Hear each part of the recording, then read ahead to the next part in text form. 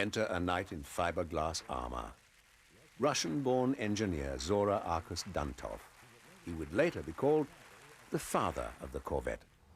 Duntov, a car enthusiast, was involved in motor racing in Europe and in the United States. He qualified twice for the Indy 500 and won honors at Le Mans. He saw the Corvette at the Motorama and called it the prettiest sports car he'd ever seen. But he was puzzled by the six-cylinder engine and power glide transmission. The fundamentally trouble with this car was it was styling car. Power and performance were Duntov's life. He already had a very fine reputation in automotive performance. He'd driven racing cars in Europe. He had created an overhead valve cylinder head for the Ford flathead V8 called the R-Dun, which was a very successful conversion that turned the old flathead Ford into a much more powerful, much more efficient engine. So Zora had very good credentials when he came in, and besides that, he was a very exotic bird. After considering the Corvette's performance problems, he sent Chevrolet general manager Ed Cole a letter. Cole was impressed and hired Duntov. Duntov soon convinced Cole to offer Chevrolet's new V8 engine as an interim Corvette fix. The engine was lighter than the 6 and cranked out much more horsepower. While Ford executives celebrated the Thunderbird, Chevrolet was planning to rescue the Corvette. For 1956, Chevrolet first called on Harley Earl to redesign the body. The public began to respond.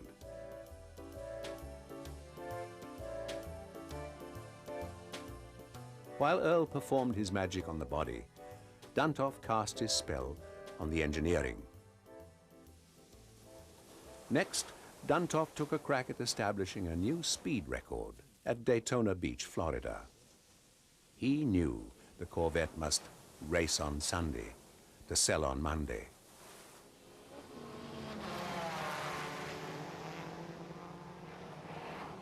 Duntov's Corvette became the first American car to top 150 miles an hour at Daytona Beach.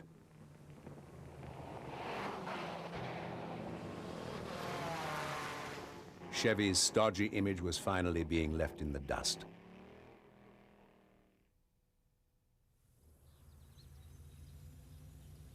There was no need to change Corvette's looks for 1957, but new performance options like a 4-speed manual gearbox and fuel injection helped nearly double sales. Fueled by his success, Duntov now wanted to develop a Corvette race car that could compete at Sebring and even Le Mans. In 1957, Duntov's request for a factory racing program was approved. Work began on the Corvette Supersport, or SS, race car.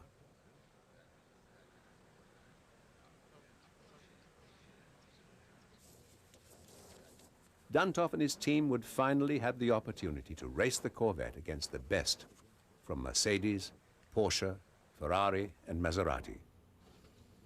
But the Sebring race was only 6 months away. The pressure was enormous.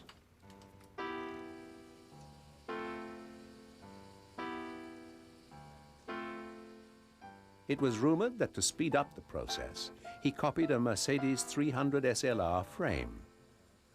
Duntov was striving for lightweight and strength.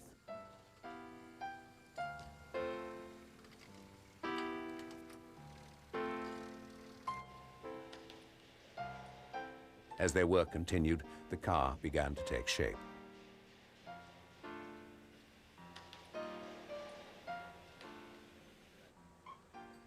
In order to test components, Duntov prepared a similar car he called the SS Mule.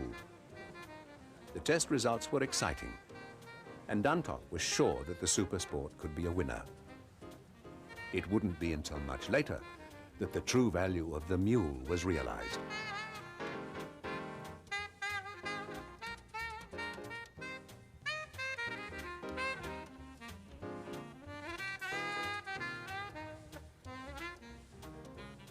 After months of hard work, the Corvette SS was completed. The now finished racer was hurriedly shipped to Sebring to join the rest of the Corvette team.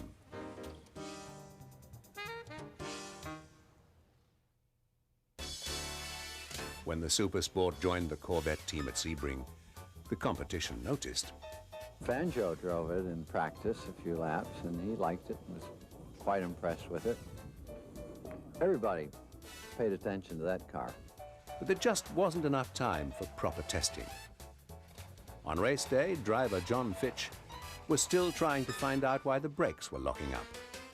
Despite this problem, the SS Corvette got off to a good start as the race began.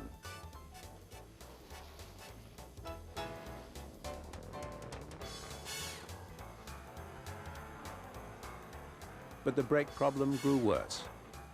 By the end of the third lap, Fitch couldn't control the front end of the SS. After a quick tire change, he returned to the race and began to challenge the leaders. The rest of the Corvette team held its own and hoped the SS would pull through. But the SS withdrew from the race. It just wasn't meant to be.